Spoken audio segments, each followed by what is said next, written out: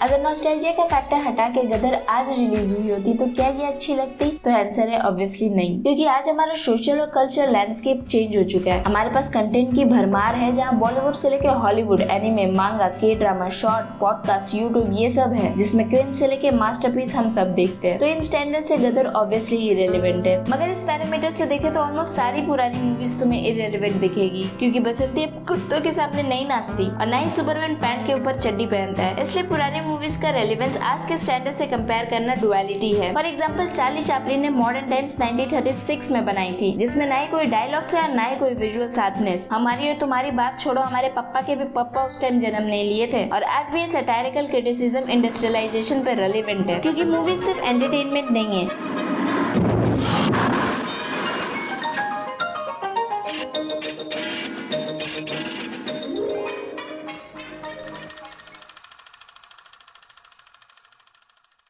किसी भी मूवी के थीम को डिसाइफर करने से पहले हमें समझना होता है मूवी में अपीयर होने वाले सिंबल्स को, जो कलेक्टिवली मिलके बनाते हैं मोटिव्स, और मोटिव से मिलता है हमें मूवी का थीम। अब इसमें बहुत ज्यादा बातें हो सकती है, लेकिन फिलहाल मेरी खराब एडिटिंग और समय की इज्जत रखते हुए हम इसे शॉर्ट और सिंपल रखेंगे। जहाँ सिंबल्स का सिंपल डेफिनेशन है, a symbol is refer to an object, image, action और character that represent something beyond its literal meaning. English में बोले तो कोई भी चीज, तस्वीर, कार्य या पात्र जो अपने शाब्दिक मायनों के अलावा कुछ और भी दर्शाए। जैसे एक ट्रेन, जो इंसानों के लिए एक जगह से दूसरी जगह जाने वाली साधन है, लेकिन मूवी में ट्रेन मेटाफोरिकली सिंबलाइज करता है पार्टीशन को, कि कैसे लोगों को अपना घर छोड़ना पड़ा क्योंकि रातों रात उनके मुल्क पराये हो गए। जो संसाधन लोगों को जोड़ने के लिए बनाए गए थे, वो दो देश की दूरियां बन गई। और जब यही चीज नैरेटिव में बार बार अपीयर होता है, तो उससे बनता है motive. Motives are recurring narrative element और symbols that convey a message और आइडिया। मतलब अगर मूवी में कोई सिंबल नैरेटिव सिग्निफिकेंस के साथ बार बार दिख रहा है, तो वो होता है मोटिव। स्टार्टिंग का ट्रेन सीक्वेंस पार्टीशन में हुए दंगे और वायलेंस को दर्शाता है, वहीं दूसरी तरफ एंडिंग का ट्रेन सीक्वेंस तारा सिंह और सकीना के प्यार के सैक्रिफाइस और सेल्फलेसनेस को दिखाता है। मतलब जहाँ एक तरफ की ट्रेन जर्नी गदर और दहशत थी,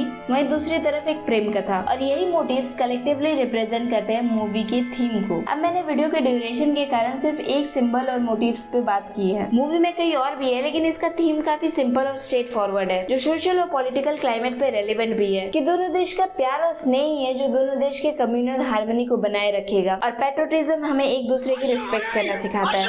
आपका पाकिस्तान जिंदाबाद है, इसे हमें कोई इतराज नहीं, लेकिन हमारा हिंदुस्तान जिंदाबाद था, जिंदाबाद है और जिंदाबाद रहेगा।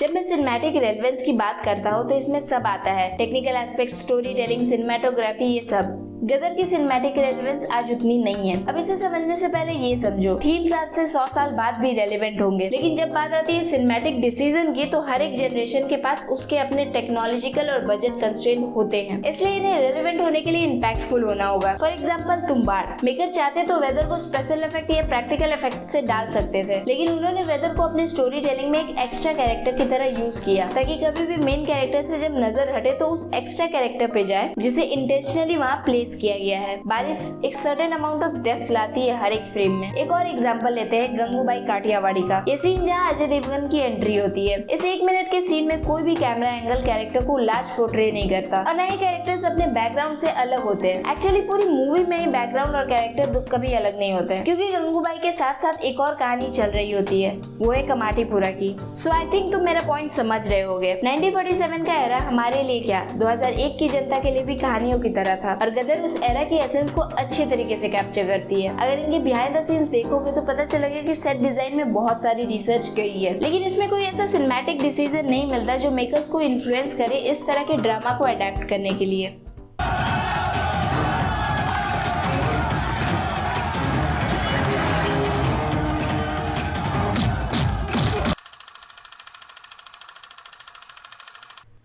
अगर मूवी आज रिलीज हुई होती एडवांसमेंट के साथ ऑब्वियसली, तो ये कैसी होती, ये तुम मुझे कमेंट में बताओ। क्योंकि मैंने जब इस वीडियो को बनाने के लिए इस मूवी को रिविजिट किया था, तो ये आज मुझे बचपन से ज्यादा इमोशनल लगी। दंगों में हुई हिंसा, सकीना का ट्रॉमा, तारा की ट्रेजेडी, ये सबसे मैं बहुत ज्यादा कनेक्ट कर पा रहा था। और ये मूवी बेस्ट काम करती है अपने बैक स्टोरी को लेकर, जब तारा और सकीना पहली बार मिलते हैं। लेकिन फिर 2001 के कंपैरिजन में 1946 की कहानी अगर आज दिखाई जाएगी तो वो डिफरेंट होगी। लव स्टोरी टाइमलेस होगी, लेकिन पॉलिटिकल डायनेमिक्स डिफरेंट होंगे। ये भूल नहीं नहीं सकते कि हमारा आर्ट और कल्चर सोसाइटल पर्सपेक्टिव भी दिखाता है। बाकी आगे तुम समझदार हो ही। एज अ मूवी इसके नेगेटिव पॉइंट्स है, जैसे सकीना के कैरेक्टर के बारे में मैं ज्यादा कुछ नहीं कह सकता सिवाय इसके कि वो मेयर की बेटी है, तारा सिंह की वाइफ और जीते की माँ है, एंड फॉर सम रीजन वो बैले डांसिंग करती है। Same goes for some other characters too. इसके बाद मूवी के स्टार्टिंग में political instability Ashraf Ali address करते हैं, तारा की फैमिली भी करती है, लेकिन आगे उसको लेके कुछ होता नहीं है। ऐसे छोटे छोटे कई सब प्लॉट्स है जो इमोशन तो कन्वे करती है, लेकिन आगे उसका कुछ होता नहीं है। अगर तुम ये सोच रहे हो कि मैंने पॉलिटिकल और सोसाइटल पर्सपेक्टिव को अच्छी तरीके से टच नहीं किया है, तो ये सच है, क्योंकि मेरी पॉलिटिकल नॉलेज इस एरा की स्कूल में पढ़ी किताबों से ज्यादा नहीं है, तो मैं एप्ट पर्सन नहीं हूँ इस मूवी के पॉलिटिकल एस्पिरेशन पे बात करने के लिए। और जैसे मैंने कहा, इसके इन्फ्लुएंस को कम्प्लीटली इग्नोर भी नहीं कर सकते, और स्टूडियोज अपने आईपीज के सीक्वल तभी अनाउंस करते हैं जब उन्हें प्रॉफिट दिखता है। बाकी गदर 2 की कहानी ये बताएगी कि ये समय की परीक्षा पे खड़ी होती है या नहीं। वाह, क्या लाइन मारा हूँ। बाकी तुम इस वीडियो को लाइक करो, शेयर करो, सब्सक्राइब करो। मिलते हैं नेक्स्ट वीडियो में।